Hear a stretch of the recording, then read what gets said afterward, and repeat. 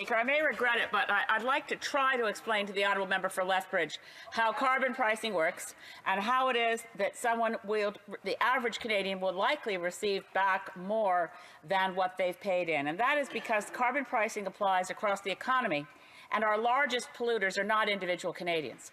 Our largest polluters are large corporations, cement industry, power plants, oil and gas.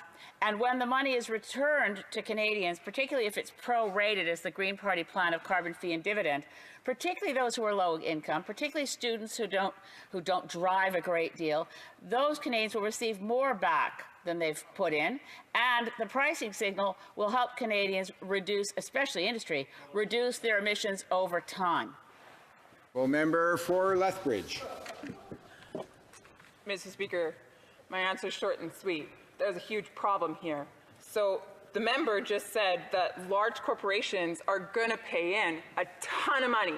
And so then we're going to take from that big pool of money and we're going to give it out to individual Canadians. So they're going to get more money back. But Mr. Speaker, we have a fundamental problem, and that is the Prime Minister just exempted these large corporations. He just let them off the hook.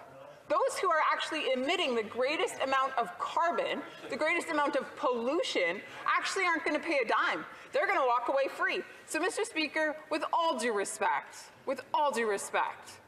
the member should really, really stop propagating false information. That's right. The honourable member for Saanich Gulf Islands. I believe the direct statement by the member for Lethbridge that I was propagating false information is an attack on my integrity and my honesty. I asked her to withdraw the comments, and I urge her to look at the testimony of the 5 economists who were before the Environment Committee this week, who explained that the way in which the large final emitter tax is applied is not an exemption. It is an incentive to further reductions. It's a different treatment, not an exemption. And I really find it offensive that I would be attacked in this place for false information when, in fact, I'm absolutely honest in everything I say and I do my research.